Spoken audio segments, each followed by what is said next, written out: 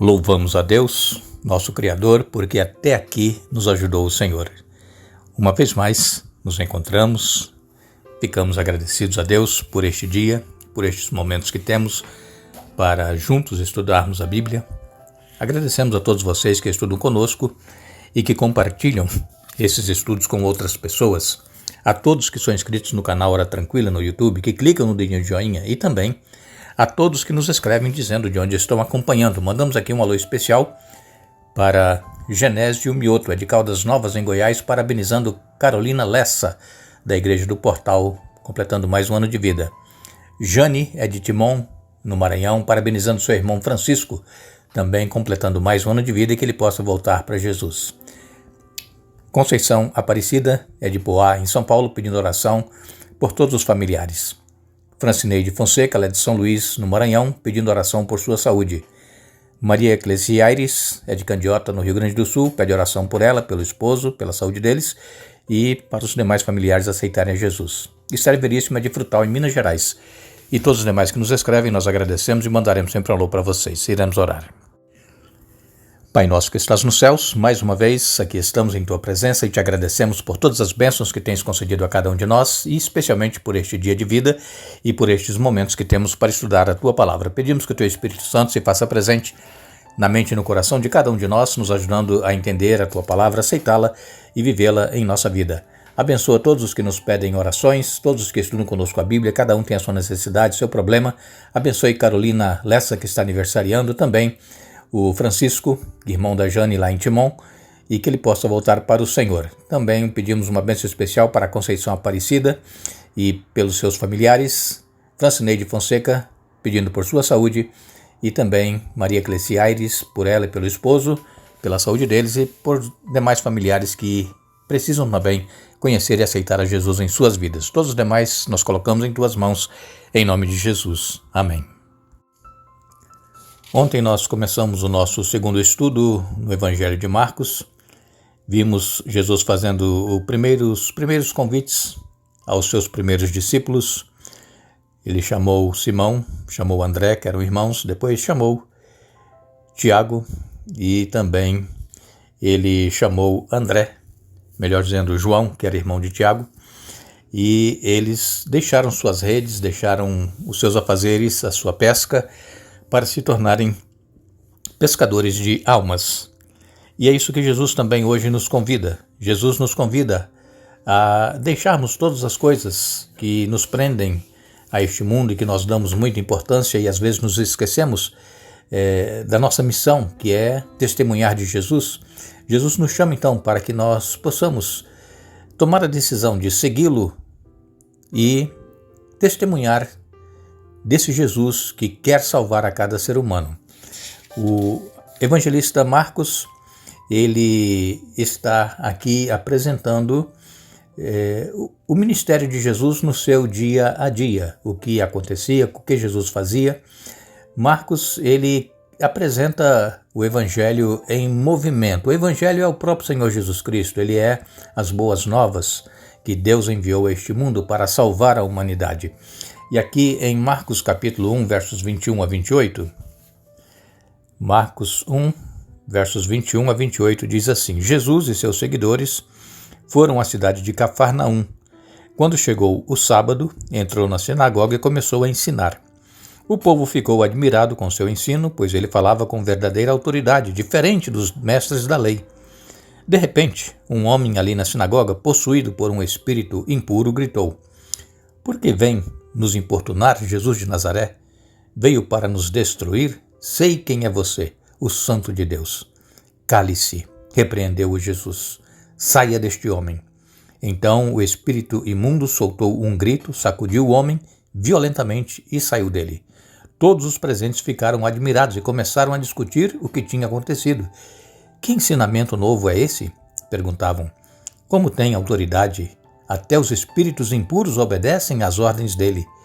As notícias a respeito de Jesus se espalharam rapidamente por toda a região da Galileia.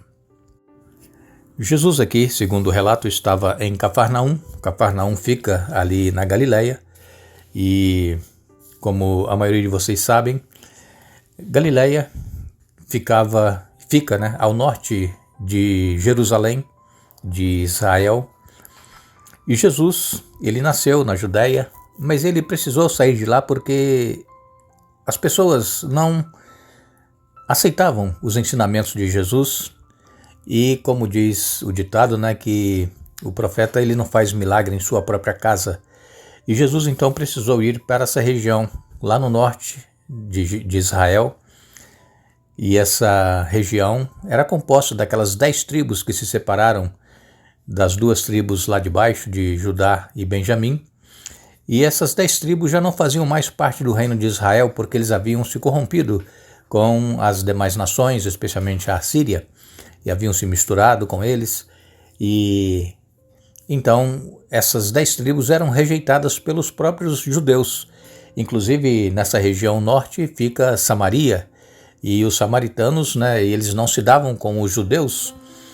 É tanto que quando um judeu tinha que atravessar o reino de Israel e tinha, vamos supor, que sair lá da Judéia e ir lá para cima, para a Galileia, e tinha que passar por Samaria, eles cortavam volta para não passar em Samaria, porque eles odiavam os samaritanos.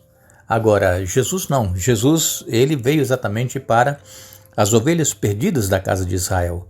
Lá no sul, não aceitaram Jesus, ele teve que sair de lá, foi para o norte, e lá Jesus foi bem recebido. Claro que não propriamente dito pelos judeus descendentes de Jacó que moravam lá em cima, mas pelos gentios que habitavam agora naquela região. É tanto que a maioria dos milagres e curas que Jesus realizou foi para com os gentios que viviam ali naquela região. E é interessante que então Jesus, diz aqui o relato, ele num sábado entrou na sinagoga. E essa mensagem que Jesus levava era uma mensagem maravilhosa.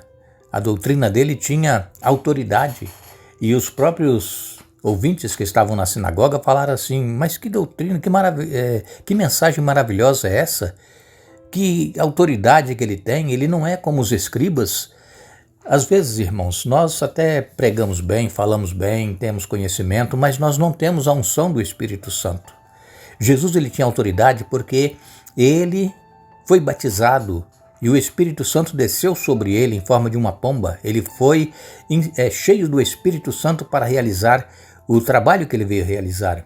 É tanto que depois do batismo, Jesus foi para a Judéia, melhor dizendo, foi o deserto da Judéia, e lá ele foi tentado. Ali ele passou 40 dias em jejum e oração e estava se preparando para o ministério. Jesus ele tinha a unção do poder do Espírito Santo, por isso que ele tinha essa autoridade. Falava e as palavras de Jesus convenciam. Então muitas das vezes, irmãos, nós ouvimos um bonito sermão, uma bonita mensagem, mas ela é vazia, ela não convence. O Espírito Santo não toca no coração das pessoas, porque às vezes a pessoa está falando somente para mostrar que sabe falar bem, que tem conhecimento, mas não tem buscado a presença do Espírito Santo, o batismo do Espírito Santo, para fazer a vontade de Deus. E Jesus ele tinha esse batismo, e já os escribas, aqueles que na ocasião pregavam nas sinagogas, eles apenas faziam a leitura da palavra, mas não tinham autoridade para convencer as pessoas. Jesus, então, quando ele leva esta mensagem lá na sinagoga em Cafarnaum, uma pessoa foi possuída por um espírito imundo, ele ficou endemoniado. E então, essa pessoa que ali estava, impactada pelo poder dos ensinos de Jesus, esse homem, possuído por esse espírito maligno, ele grita: eu sei muito bem quem você é, o Santo de Deus. Você vem aqui para nos destruir?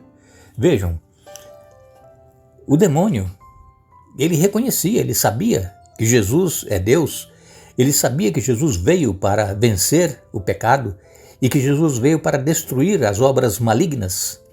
E então o demônio gritou: eu sei quem você é, o Santo de Deus. E Jesus simplesmente disse para o demônio: cale-se. Veja a autoridade de Jesus. Cale-se. E depois disse: saia dele. Diz-nos a Bíblia que este homem deu um grito e o demônio o sacudiu violentamente e o abandonou. E então as pessoas que estavam ali na sinagoga, elas ficaram assim perplexas. Que ensinamento novo é esse? Vejam, às vezes, irmãos, nós também não estamos preparados para ouvir determinadas mensagens que nos vêm com poder por alguém que está cheia do Espírito Santo e fala e toca o nosso coração. E aí nós pensamos também como essas pessoas chegaram a dizer, né? Que ensinamento é esse? É um ensinamento novo. Eles não conheciam esse poder, porque as pessoas, elas iam às sinagogas, elas iam ao culto, mas era aquela mesma formalidade de sempre, iam apenas para cumprir um ritual. O próprio Senhor Jesus disse, vocês me adoram com os lábios, mas o coração está longe de mim. Então, aqui em Marcos capítulo 1, versos 21 a 28, nós vemos que nós precisamos buscar mais a presença de Deus em nossa vida, ser cheios do Espírito Santo para sermos usados por Deus para que a mensagem toque os corações que estão sedentos de ouvir a mensagem da palavra de Deus. Aqui nós vemos esse pedido de silêncio, né, de Jesus, que ordenou, cale-se, e isso faz sentido por causa das conotações políticas que as expectativas messiânicas tinham em sua época, na época de Jesus. E então era arriscado Jesus afirmar que ele era o Messias. E quando Jesus então fazia um milagre, ele realizava um prodígio, ele dizia para que a pessoa não falasse para ninguém. Por quê? Porque se as pessoas saíssem falando, olha, eu fui curado por Jesus, aquela pessoa lá, olha, ele tem poder, então iria abreviar o tempo da morte de Jesus. E tudo estava no cronograma de Deus, o tempo em que Jesus iria ter que dar a sua vida por cada ser humano. Então Jesus, ele, com o passar do tempo, ficou claro que essa identidade de Jesus como Deus, como Filho de Deus, não podia ser escondida, e a verdade de quem Jesus era se tornaria então o centro do Evangelho. Isso não poderia ficar escondido por muito tempo. É tanto que várias vezes tentaram tirar a vida de Jesus, tentaram apedrejá-lo, mas ali então ele desaparecia, ele saía daquela região, daquele lugar onde ele estava, e eles não conseguiam realizar o intento de tirar a vida de Jesus. Por quê? Porque estava já programado por Deus na profecia de Daniel 9 que o tempo da morte de Jesus seria exatamente na metade daquela última semana das 70 semanas de Daniel capítulo 9.